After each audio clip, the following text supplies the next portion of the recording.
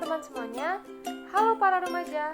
Kami dari kelompok 2, mata kuliah perkembangan peserta didik dengan dosen pengampu Ibu Sofia Mawada, Fakultas MIPA Universitas Negeri Medan akan menjelaskan mengenai tugas-tugas perkembangan remaja, di mana video edukasi yang kami buat ini untuk memenuhi tugas mini proyek kami. Nah, untuk video yang akan kami bahas selanjutnya, semoga bermanfaat bagi kita semua ya.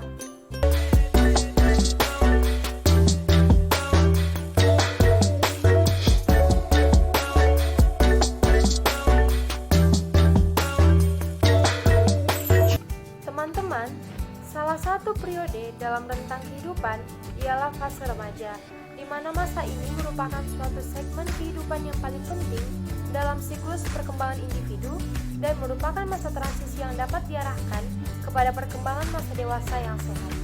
Nah, untuk dapat melakukan sosialisasi dengan baik, remaja harus bisa menjalankan tugas-tugas perkembangan pada usianya dengan baik. Dan apabila tugas perkembangan sosial ini dapat dilakukan dengan baik, maka remaja tidak akan mengalami kesulitan dalam kehidupan sosialnya, serta akan membawa kebahagiaan dan kesuksesan dalam menuntaskan tugas perkembangan untuk fase-fase berikutnya. Dan sebaliknya, manakala remaja gagal menjalankan tugas-tugas perkembangannya, maka akan membawa dampak negatif dalam kehidupan sosial fase-fase berikutnya, menyebabkan ketidakbahagiaan pada remaja yang bersangkutan, menimbulkan penolakan masyarakat, dan kesulitan-kesulitan dalam menuntaskan tugas-tugas perkembangan berikutnya.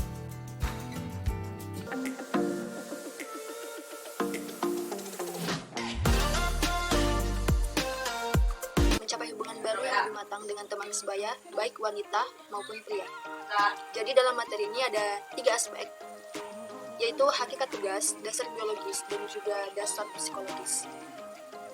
Yang pertama, hakikat tugas. Mempelajari peran anak perempuan sebagai wanita dan anak laki-laki sebagai pria, menjadi dewasa di antara orang dewasa, dan belajar memimpin tanpa mendekat orang. Nah, jadi setiap anak itu memiliki tugas dan juga perannya masing-masing, baik anak perempuan maupun anak laki-laki. Contohnya nih, dalam sebuah rumah, anak laki-laki dan juga anak perempuan pasti pekerjaan rumahnya berbeda kan? Contohnya anak perempuan tugasnya itu mencuci piring, menyapu. Anak laki-laki misalnya membantu ayahnya atau pekerjaan yang lain. Yang kedua, dasar biologis. Secara biologis, usia terbagi menjadi 2 jenis, yaitu usia laki-laki dan perempuan. Kematangan seksual dicapai semasa remaja. Daya tarik sosial menjadi suatu kebutuhan yang dominan dalam kehidupan remaja. Jadi, ketika sudah mencapai usia remaja itu ada sedikit perubahan dalam pribadi masing-masing, yaitu pubertas dan juga seksual. Nah, perubahan ini tuh bisa membawa dampak negatif apabila kita sebagai pribadinya, individunya, tidak bisa menyeimbangkan itu, tidak bisa mengatur bagaimana cara kita untuk mengendalikan hawa nafsu. Aspek yang ketiga, dasar psikologis. Dengan kelompok lain jenis, remaja belajar menguasai keterampilan sosial. Keberhasilan melaksanakan tugas perkembangan akan membawa penyesuaian sosial yang lebih baik sepanjang kehidupannya.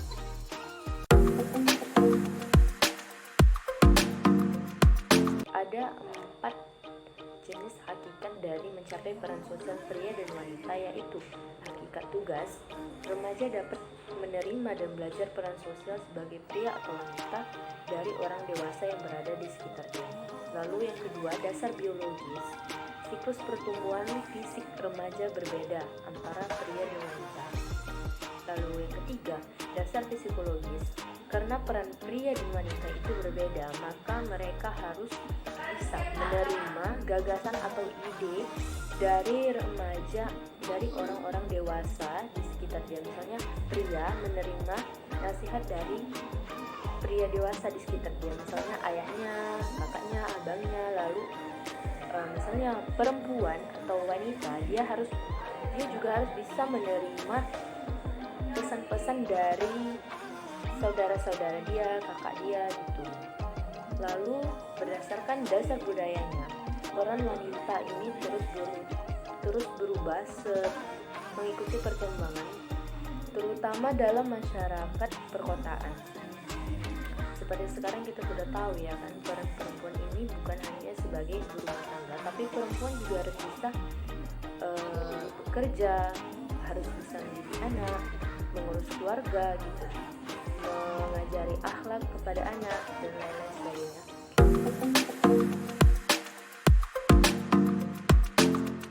Menerima keahlian fisiknya secara efektif.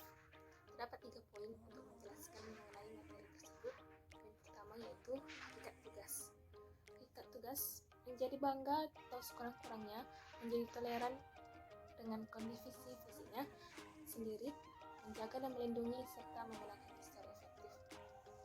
Dalam hakikat tugas ini, setiap remaja diajarkan untuk menjaga dan melindungi kondisi fisik yang sudah diciptakan dan menjadi bangga terus kurang-kurangnya menjadi toleran dengan kondisi fisik seorang remaja. Poin kedua, dasar biologis.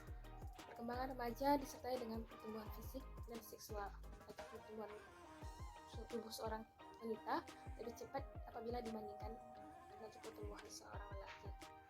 Menurut biologis, perkembangan remaja disertai pertumbuhan fisik dan seksual. Dalam secara biologis, pertumbuhan fisik seorang wanita lebih cepat daripada pertumbuhan fisik seorang laki-laki. Poin ketiga, dasar psikologis. Terjadi perubahan bentuk tubuh yang disertai dengan perubahan sikap dan minat remaja.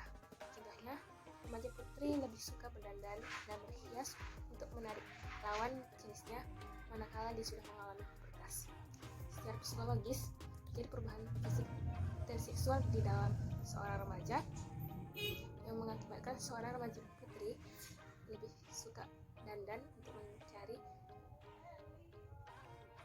dan menarik lawan jenisnya yang dialami saat sudah mengalami pubertas.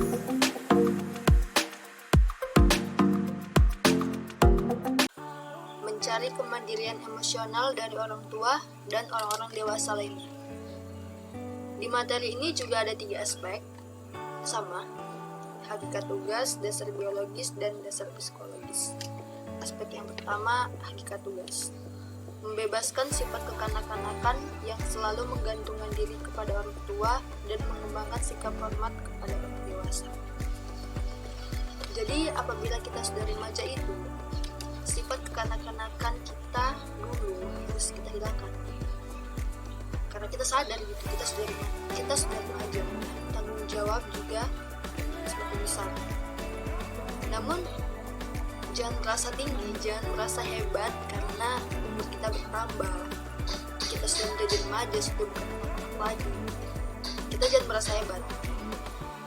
Kita juga memiliki tanggung jawab untuk menghormati orang yang dewasa, orang yang lebih tua dari kita. Tanggung jawab itu juga jangan dilupakan. Aspek yang kedua, dasar biologis. Kematangan sosial individu yang tidak memperoleh kepuasan di dalam keluarganya akan keluar untuk membangun ikatan emosional dengan teman sebayanya. Nah, jadi contohnya di sini itu anak broken home. Tidak sedikit anak broken home itu akan merasa tidak menemukan kebahagiaan di dalam rumahnya sendiri. Maka dari itu anak broken home akan keluar dari rumahnya dan mencari kebahagiaan bersama teman-temannya, seperti di tongkrongan. Maka dari itu tidak jarang kita temui anak yang broken home merusak dirinya sendiri untuk terjerumus ke hal-hal negatif seperti narkoba, minuman keras, judi. Itu juga terpengaruh dari lingkungan dan teman-temannya. Tapi tidak semua anak broken home seperti itu. Ada juga kok beberapa anak broken home yang justru belajar dari pengalaman kedua orang tuanya. Dia semakin memperbaiki dirinya, semakin berbuat hal-hal yang baik supaya menghindari diri dia seperti hal yang terjadi pada orang tuanya terjadi juga pada dirinya. Seperti itu. Dan aspek yang ketiga, dasar psikologis. Pada masa ini, remaja mengalami sikap ambivalen terhadap orang tuanya. Remaja ingin bebas, namun dirasa bahwa dunia dewasa itu cukup rumit dan asing baginya. Dalam keadaan ini, remaja sebenarnya masih sangat mengharapkan perlindungan orang tua. Mencapai jaminan kebebasan kemandirian ekonomi. Hakikat tugasnya yaitu tujuan remaja adalah merasa mampu menciptakan suatu kehidupan atau mata pencarian. Nanti di sini dia disuruh mempersiapkan. Jadi dia harus bekerja apa dan lain sebagainya. Berdasarkan dasar biologi perkembangan fisik yang matang. Jadi remaja juga harus memiliki perkembangan fisik yang matang ya. Di sini sangat semua perkembangan pada remaja ini dipengaruhi oleh perkembangan fisik dia yang secara matang. Lalu yang ketiga, dia itu harus bisa memiliki pekerjaan yang sesuai, yang layak bagi dia itu. Lalu yang keempat yaitu dasar kebudayaan atau masyarakat sederhana biasanya tidak ada masyarakat sederhana biasanya kemandirian ekonomi ini bukan merupakan tugas remaja. Namun dalam masyarakat modern sekarang kehidupan bersifat kompleks yang seperti yang saya katakan tadi. Perempuan juga, baik perempuan ataupun laki-laki, harus bisa bekerja, harus bisa memiliki kehidupan yang layak, harus bisa berpendidikan. Semua itu harus dipersiapkan oleh remaja. Memilih dan menyiapkan lapangan pekerjaan. Terdapat 3 poin juga dalam menjelaskan materi tersebut, yaitu 1. Hakikat tugas. Memilih pekerjaan yang memerlukan kemampuan serta mempersiapkan pekerjaan. Dalam hakikat tugas, seorang remaja bisa memilih pekerjaan yang memerlukan kemampuan dan minat seorang remaja. Kemudian poin kedua yaitu dasar biologis. Ukuran dan kekuatan badan pada usia sekitar 18 tahun sudah cukup kuat dan tangkas untuk memiliki dan menyiapkan diri peroleh lapangan pekerjaan. Secara biologis, pada usia 18 tahun seorang remaja sudah bisa memilih dan mencari pekerjaan sesuai minat dan bakat seorang remaja, sehingga pada usia 18 tahun seorang remaja sudah cukup kuat dan tangkas untuk memiliki dan menyiapkan diri untuk memperoleh lapangan pekerjaan.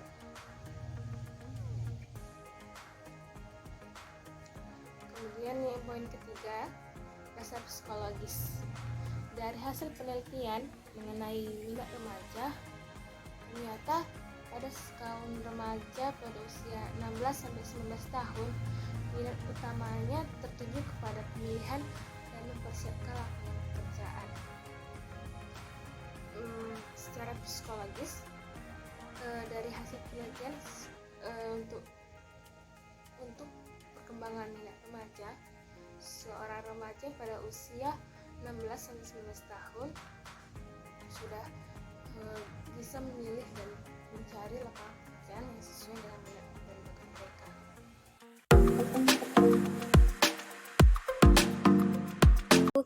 Persiapan memasuki hubungan berkeluarga.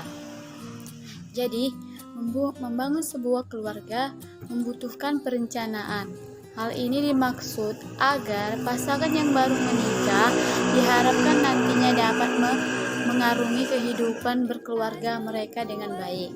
Untuk itu, terdapat beberapa faktor penting yang perlu dipahami oleh remaja maupun dewasa awal dalam mempersiapkan diri memasuki kehidupan berkeluarga, yaitu yang pertama, kesiapan usia. Jadi, kesiapan usia merupakan kesiapan umur untuk menikah. Idealnya 21 tahun bagi wanita, 25 tahun bagi laki-laki. Maksudnya, pada usia ini, remaja sudah memiliki pola pikir yang matang dalam mempersepsikan sebuah pernikahan. Faktor yang kedua yaitu kesiapan finansial. Maksudnya di sini remaja dilihat dari ketercukupan uang yang dimilikinya dan memiliki jenjang karir yang tetap dalam jangka waktu yang panjang. Yang ketiga yaitu kesiapan fisik, seperti kesiapan organ biologis untuk melakukan hubungan seksual dan kemampuan untuk melakukan penyesuaian serta melakukan pekerjaan rumah tangga. Yang keempat yaitu kesiapan mental. Kemampuan individu dalam mempersiapkan kemungkinan yang akan terjadi, siap mengantisipasi resiko dan siap menyeimbangkan antara harapan dan kenyataan. Yang kelima yaitu kesiapan emosi. Kemampuan individu mengontrol emosi yang baik untuk menghindari perilaku yang tidak baik seperti kekerasan. Yang keenam yaitu kesiapan sosial. Dibutuhkan individu supaya mampu melakukan penyesuaian terhadap lingkungan sekitar. Yang ketujuh yaitu kesiapan moral. Kemampuan untuk mengetahui dan memahami nilai-nilai kehidupan. Yang ke-8, kehidupan interpersonal. Yang ke-9, kehidupan keterampilan hidup seperti menjaga keluarga, merawat dan mengasuh anak. Yang ke-10, kesiapan intelektual seperti kemampuan individu dalam berpikir.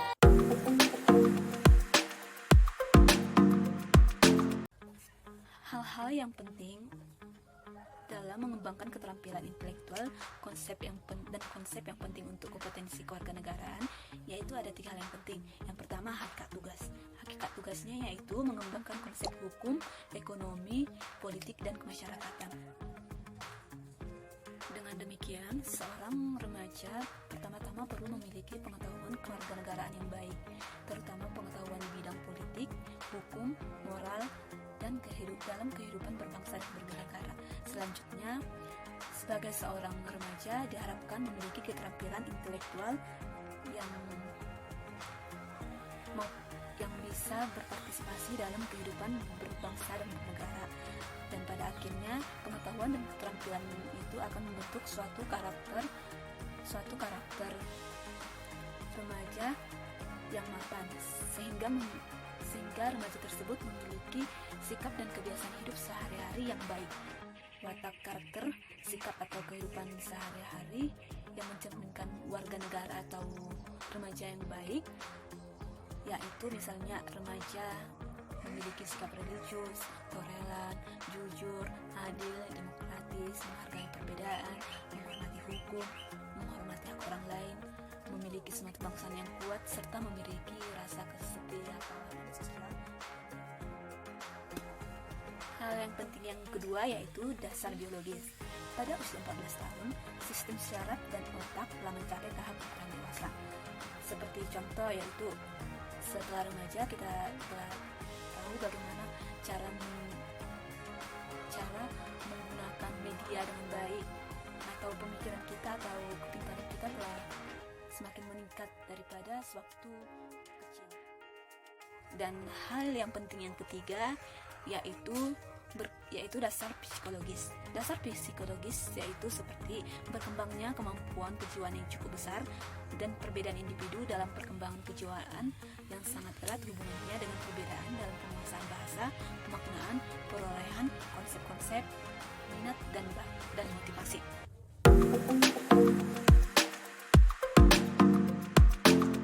Mencapai dan mengharapkan tingkah laku sosial yang bertanggung jawab. Jadi, sebagai remaja, kita berpartisipasi sebagai orang dewasa yang bertanggung jawab dalam kehidupan bermasyarakat. Remaja yang diharapkan sudah mampu untuk ikut aktif dalam kegiatan kemasyarakatan, menunjukkan perhatian pada masalah sosial yang terjadi, dapat berlaku sesuai dengan norma yang ada dan mampu beradaptasi dengan lingkungan. Dan aspek yang ke-10 adalah memperoleh suatu himpunan nilai-nilai dan sistem etika sebagai pedoman tingkah laku. Nah, di sini orang tua sedini mungkin mulai mengenalkan ilmu-ilmu agama dan ilmu filosofis kepada anaknya sebagai bekal pembentukan kepribadian yang kuat di masa remajanya. Karena apa? Karena pada usia remaja, banyak remaja yang sudah mulai tertarik pada problem filosofis dan agama. Dan mereka juga sudah mulai mengidentifikasi dan mengimitasi dirinya atau melakukan peniruan seperti apa dan mau apa. Mereka sesuai dengan nilai-nilai yang sudah tertanam dalam dirinya sejak usia dini.